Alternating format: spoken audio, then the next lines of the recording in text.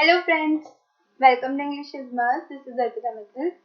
आज का हमारा टॉपिक है इम्पोर्टेंट मॉडल्स 4, पार्ट 4। फ्रेंड्स, हमने पार्ट फर्स्ट में पढ़ा था should have, must, must have. Part second में हमने पढ़ा था can, could have. Part third में हमने पढ़ा मे, माइट हैव।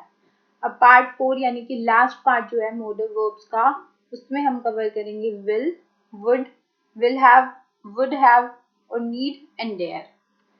जो भी मुझे इंपॉर्टेंट मॉडल्स लगते थे वो सारे इन 4 पार्ट्स में कवर हो गए हैं।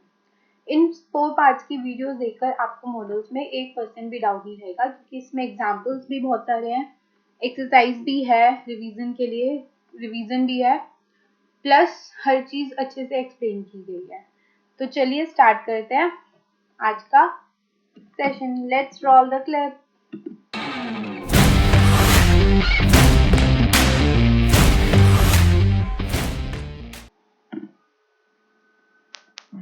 फ्रेंड्स, आज सबसे पहले हम पढ़ते हैं विल। विल किस लिए यूज होता है? एक विल होता है मतलब चाह, ये वो वाला विल नहीं है, ये विल मॉडल वर्ब वाला विल है। सबसे पहले इसको हम यूज करते हैं किसी से कुछ रिक्वेस्ट करने के लिए या ऑर्डर करने के लिए। ऑर्डर कम, रिक्वेस्ट ज्यादा होती है। जैसे कि मैं बोलूं will you carry this for me, क्या आप मेरे लिए ये कैरी करेंगे? Will you please shut the door, यहाँ पर मैंने क्या रिक्वेस्ट की है, क्योंकि प्लीज वर्ड यूज किया है तो उससे पता लग रहा है कि एक रिक्वेस्ट है। हम बोलते हैं ना will you please do this for me, will you do me a favour, या कुछ भी है, हम ऑर्डर करते हैं या रिक्वेस्ट करते हैं तो हम विल का यूज कर सकते हैं। सेकंड जो इसका यूसेज है वो है प्रिडिक्शन या पॉसिबिलिटी। जैसे हमने प्रिडिक्ट किया कि आज बारिश होगी, मतलब मुझे लगता है कि होगी बारिश, तो मैं क्या बोलूंगी? I think it will rain today. I think it will rain today.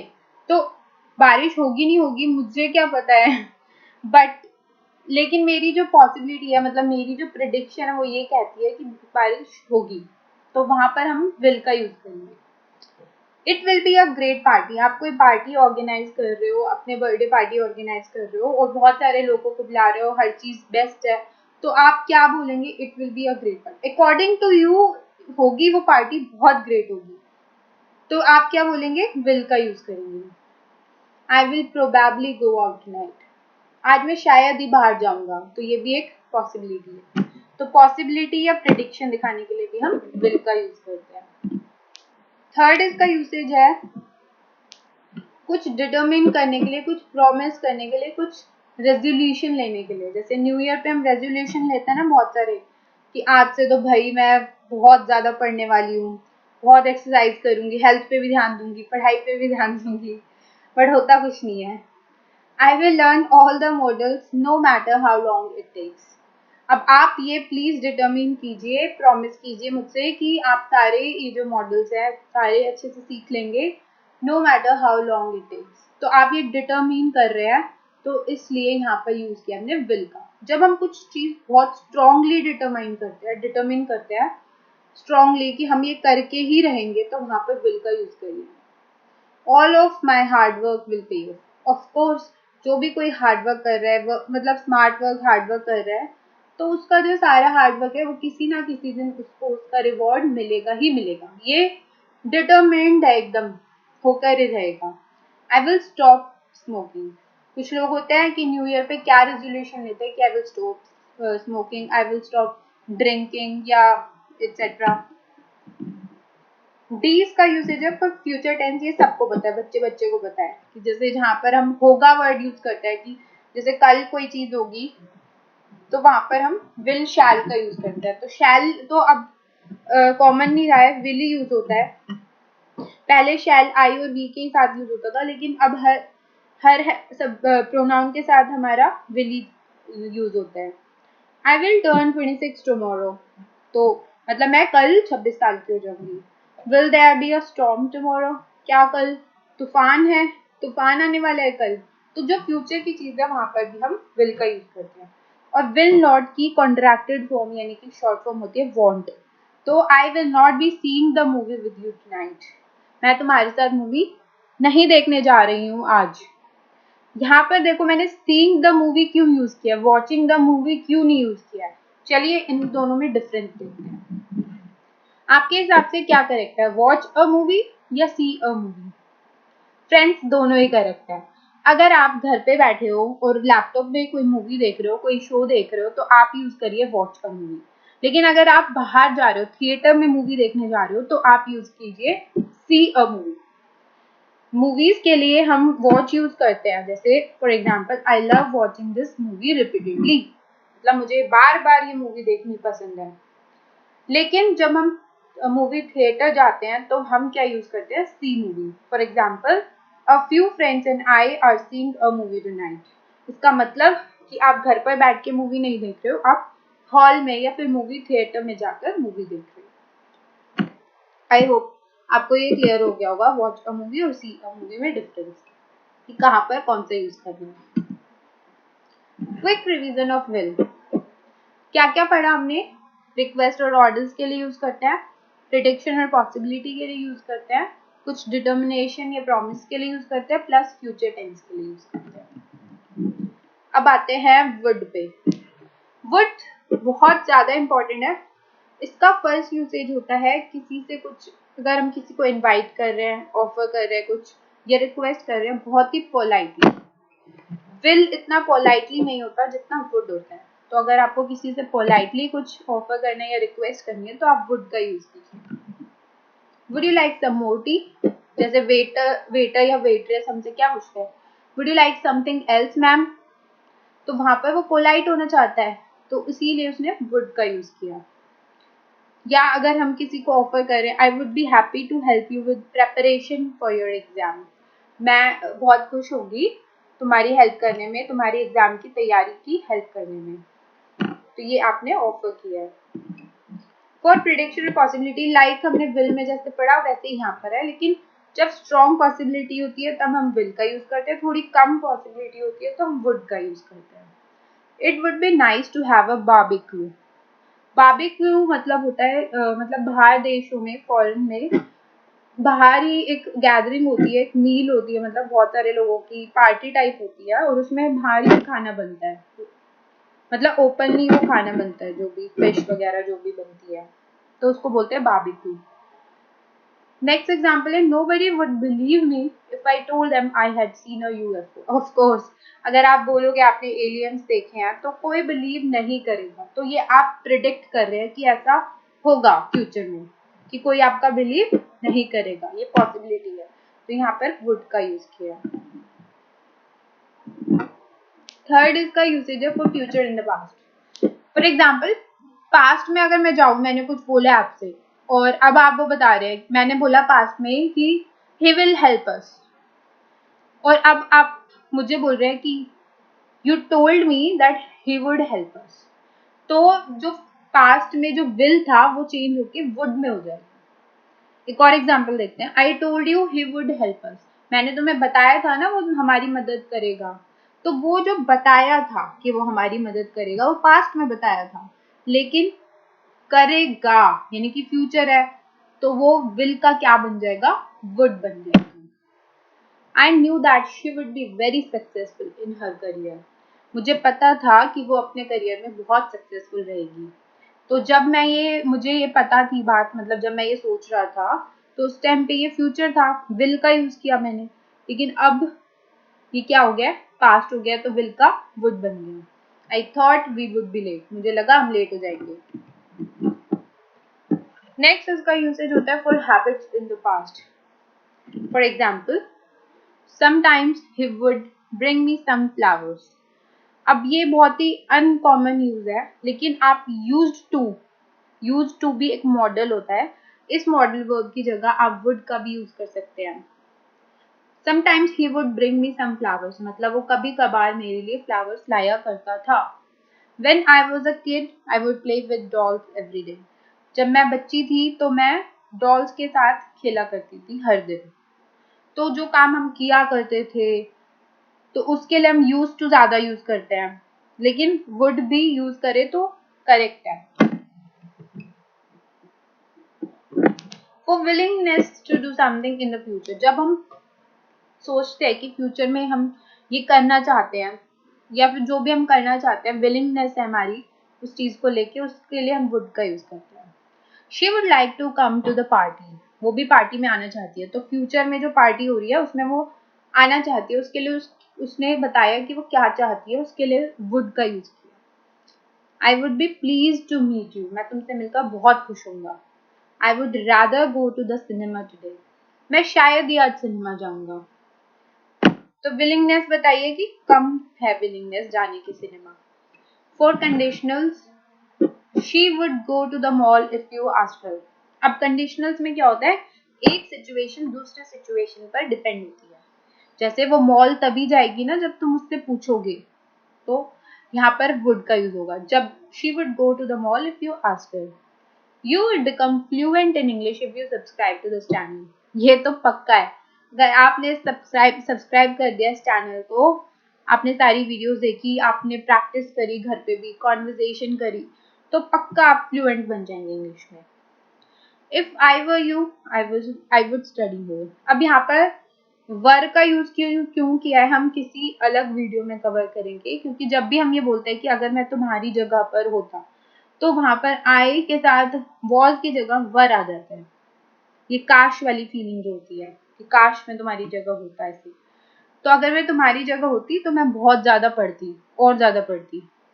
तो ये कंडीशनल्स है, मतलब एक सिचुएशन दूसरी सिचुएशन पर डिपेंड होती है, तो वहां पर हम वुड का यूज करेंगे। सबसे पहले हमने पढ़ा वुड का यूसेज इनविटेशन के लिए, ऑफर रिक्वेस्ट के लिए, प्रिडिक्शन के लिए, future in the past, habits जो पास्ट में रही होती है हमारी, जो हम किया करते थे, willingness to do something in future, जो हम फ्यूचर में करना चाहते हैं, और फिर कंडीशनल। ये 5 क्वेश्चंस हैं, आप ये वीडियो पॉज करके सॉल्व कीजिए, jot it down and then check your answers. Answers are on the next slide.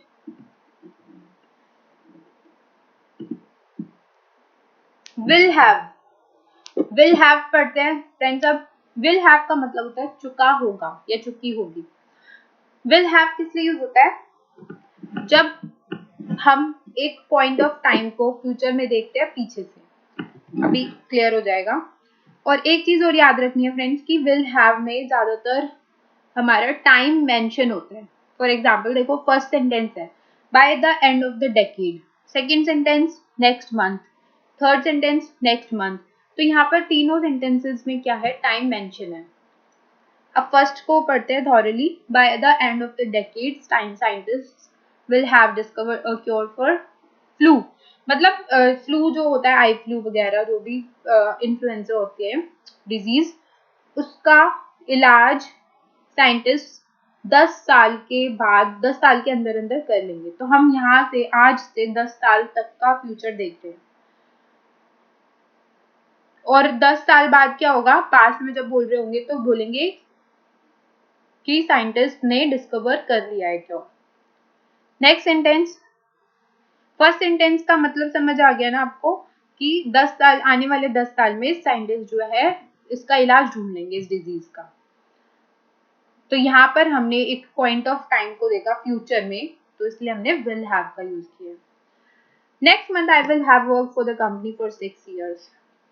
Next month मुझे कंपनी में काम करते करते कितने महीने, कितने साल हो जाएंगे, 6 years हो जाएंगे। अभी हुए नहीं है बट नेक्स्ट मंथ हो जाएंगे, इसलिए हमने विल हैव का यूज किया। अगर अभी हो जाते तो मैं क्या यूज करती, I have work for the company, या फिर I have been working for the company for 6 years।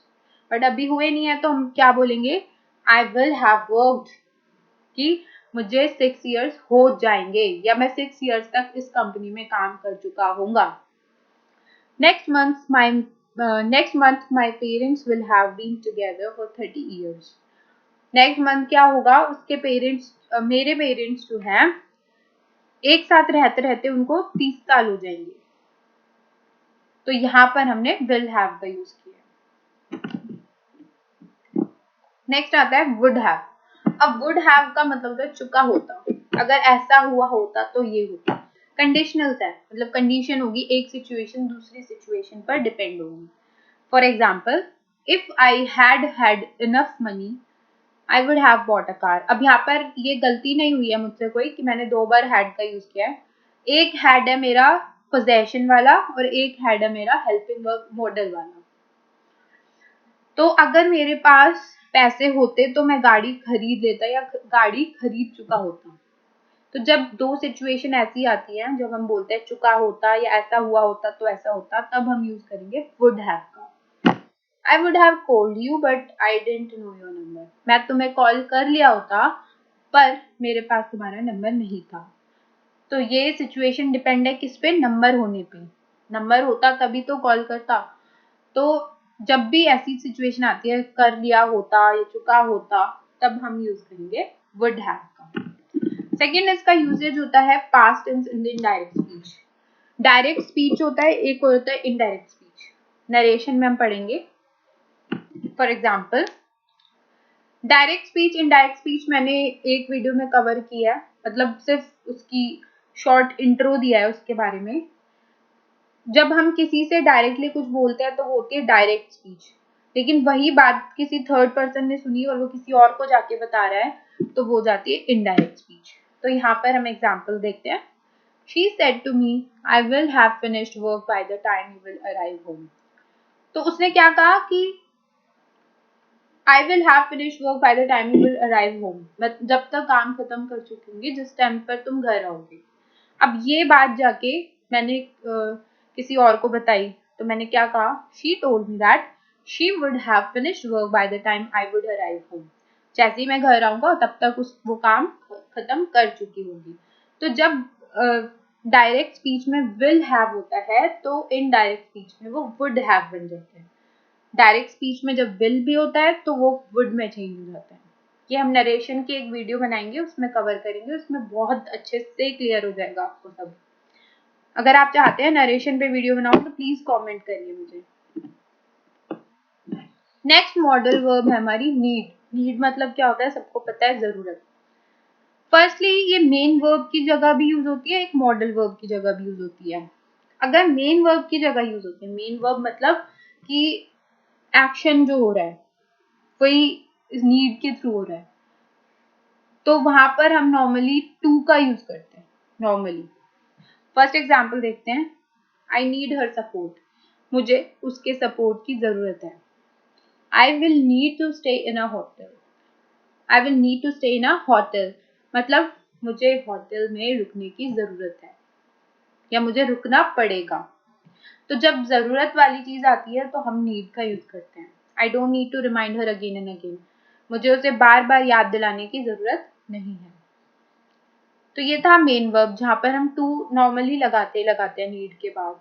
अब मॉडल वर्ब पे आते हैं। मॉडल वर्ब एफर्मेटिव सेंटेंसेस में यूज नहीं होती है as a need, but negative और इंटेरोगेटिव सेंटेंसेस में यूज होती है। For example you needn't worry about her. अब यहाँ पर देखो मेन वर्ब तो वरी है, लेकिन हेल्पिंग वर्ब यानी कि मॉडल वर्ब क्या है यहाँ पर, नीड। तुम्हें उसकी चिंता करने की जरूरत नहीं है। अब एक्शन क्या हो रहा है, चिंता करना, तो इसीलिए वो मेन वर्ब है। लेकिन यहाँ पर नीड क्या काम कर रही है, एज अ मॉडल वर्ब काम कर रही है। Need she iron the clothes. क्या उसे जरूरत थी प्रेस करने की। You needn't request for my promotion. मेरी प्रमोशन के लिए आपको रिक्वेस्ट करने की कोई जरूरत नहीं है। They needn't protest against the decision. उनको जो डिसीजन यानी कि फैसला जो हुआ है उसके अगेंस्ट प्रोटेस्ट नहीं करना चाहिए या नहीं, जरूरत नहीं है। तो देखो यहाँ पर हमने सिर्फ इंटेरोगेटिव और नेगेटिव सेंटेंसेस ही लिए हैं, क्योंकि जो need as a modal verb है वो एफर्मेटिव सेंटेंसेस में यूज नहीं होता है। लास्ट हमारा है मॉडल वर्ब डेयर। डेयर आपने सुना होगा, हाउ डेयर यू या how dare you touch me. How dare you कुछ भी लड़कियों का फेवरेट होता है ये, तुम्हारी हिम्मत कैसे हुई। हाउ डेयर शी क्रिटिसाइज अस। तो यहाँ पर डेयर का मतलब होता है हिम्मत। जैसे ट्रूथ एंड डेयर भी खेलते हैं, उसमें भी क्या होता है डेयर का मतलब कि हिम्मत है तो ये करके दिखाओ। फर्स्ट इसका यूजेज होता है एज अ मेन वर्ब। जो ऐसी वर्ब्स होती है ना जो मेन वर्ब भी यूज होती है एज अ और एज अ मॉडल वर्ब भी यूज होती है, उन्हें बोलते हैं सेमी मॉडल वर्ब्स। तो डेयर और नीड दोनों सेमी मॉडल वर्ब्स हैं, क्योंकि वो मेन वर्ब की तरह भी यूज होती है, मॉडल वर्ब की तरह भी यूज होती है। ये भी नीड की तरह टू से फॉलो होती है, she did not dare to disobey her husband, उसकी हिम्मत नहीं हुई कि अपने हस्बैंड को वो डिसओबे यानी कि उसकी बात ना मान सके, उसकी इतनी हिम्मत नहीं हुई। Who dares to argue with me, कौन डेयर करता है मुझसे, मतलब किसकी हिम्मत है जो मेरे साथ आर्ग्यू करे। He didn't dare to look back, उसमें हिम्मत नहीं हुई पीछे देखने। अब आते हैं मॉडल वर्ब पे। नीड की तरह ये भी एफर्मेटिव सेंटेंसेस में यूज नहीं होता, ये सिर्फ नेगेटिव और इंटरोगेटिव सेंटेंसेस में यूज होता है। For example, she dared not disobey her husband, उसकी हिम्मत नहीं हुई कि वो अपने हस्बैंड की मतलब बात ना मान सके। अब यहाँ पर देखो, पीछे जाते हैं, यहाँ पर एज अ मेन वर्ब हमने यही सेंटेंस पढ़ा था, शी डिड नॉट डेयर, पर यहाँ पर क्या यूज किया, शी डिड नॉट डेयर, और यहाँ पर शी डेयर, क्योंकि यहाँ पर as a modal verb use हो रहा है और वहां पर जो डेयर था वो as a helping as a main verb use होता है। I dare not see tears in animals eyes, मुझ में हिम्मत नहीं है किसी की आंखों में आंसू देखने की। हाउ डेयर शी क्रिटिसाइज अस, तो उसकी हिम्मत कैसे हुई, उसने हम पर इल्जाम लगाया। Dare I ask how the project going, क्या मैं हिम्मत कर सकता हूँ ये पूछने की कि कैसा चल रहा है project. Don't you dare interrupt me, कहते हैं ना कि हिम्मत भी मत करना मुझे इंटरप्ट करने की। I daren't tell him the truth, he will go crazy, मुझ में हिम्मत नहीं हुई सच बताने की, वो क्योंकि पागल हो जाएगा सच सुन के। तो ये कुछ एग्जांपल्स थे डेयर के, आई होप आपको ये क्लियर होगा। फ्रेंड्स, ये थे सारे modal verbs, important modal verbs, हमने सब कवर कर लिया है। अगर इसके अलावा आपको किसी और मॉडल वर्ब में डाउट होता है या फिर इनमें ही कोई डाउट होता है, प्लीज मुझे कमेंट करके बताइए, मैं वो डाउट पक्का क्लियर करूंगी। अच्छा, अब हम पढ़ते हैं वर्ड ऑफ द डे। आज का वर्ड है पॉम्पस। पॉम्पस मतलब ऐसे इंसान जिसमें बहुत ज्यादा सेल्फ इम्पोर्टेंस है, मतलब तानी अपने आप को क्या समझता है, थोड़ा दिखावा टाइप, मतलब शोई इंसान है। The millionaire was a pompous man who believed he should never wait in line for anything. तो वो जो मिलेनियर था वो बहुत ही पॉम्पस मैन था, जो ये सोचता था कि उसको कभी भी वेट नहीं करना पड़ेगा किसी भी चीज के लिए लाइन में। तो बहुत ज्यादा उसमें सेल्फ इम्पोर्टेंस है, उन लोगों के लिए आप पॉम्पस वर्ड यूज कर सकते हैं। So guys, thank you for watching this video. Subscribe this channel to get the latest updates of the upcoming videos and comment कीजिए, like कीजिए वीडियो को और आगे शेयर कीजिए with your friends. Have a nice day.